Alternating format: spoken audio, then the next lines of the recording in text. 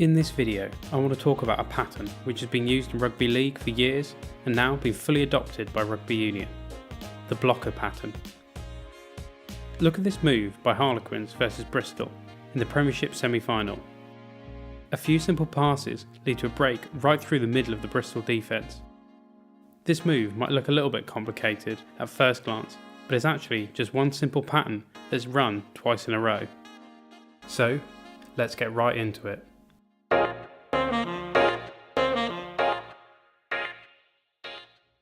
I'm going to break this video down into 4 sections to explain this attacking pattern.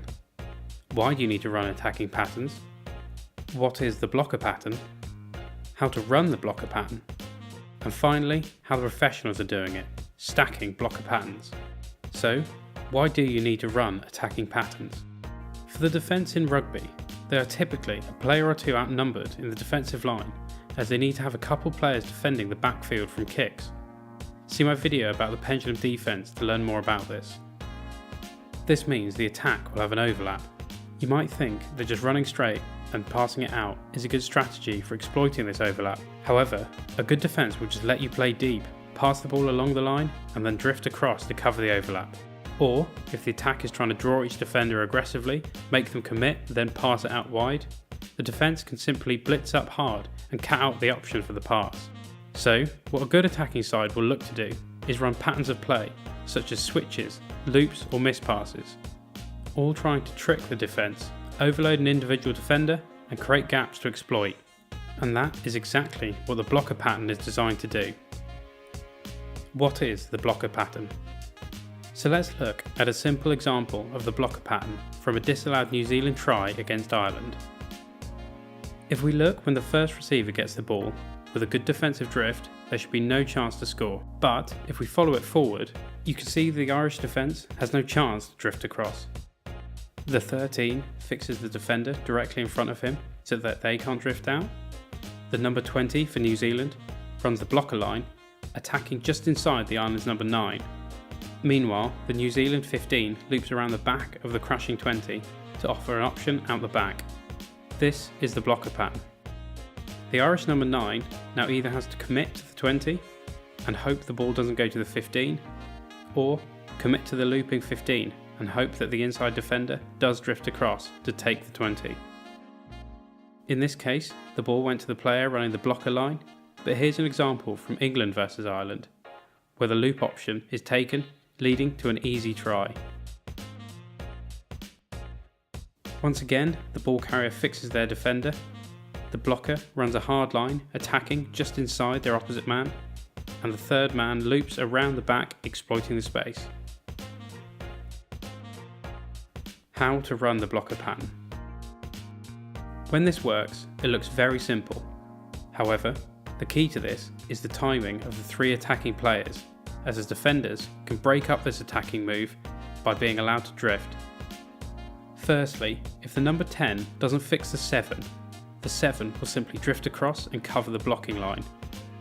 Secondly, the blocker runner, the 13, must angle their run only slightly inside the number 8. This means that they're running at the gap if the defence does drift.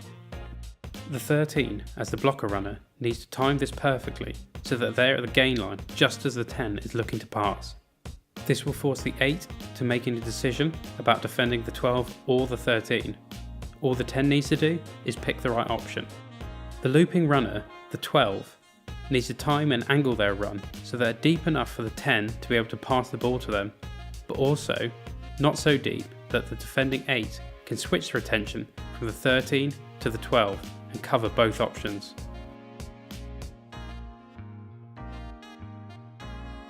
So now you understand the blocking pattern.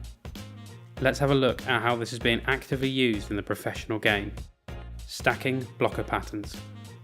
So, in the professional game, this pattern is used a lot, but not in isolation. Typically, the blocker pattern will be used twice in a row, giving much more chances for the defence to not be able to drift, and therefore exploiting that overlap. From the first blocker pattern, if the ball goes to the looping player, they then become the ball carrier and decision maker for the second blocker pattern.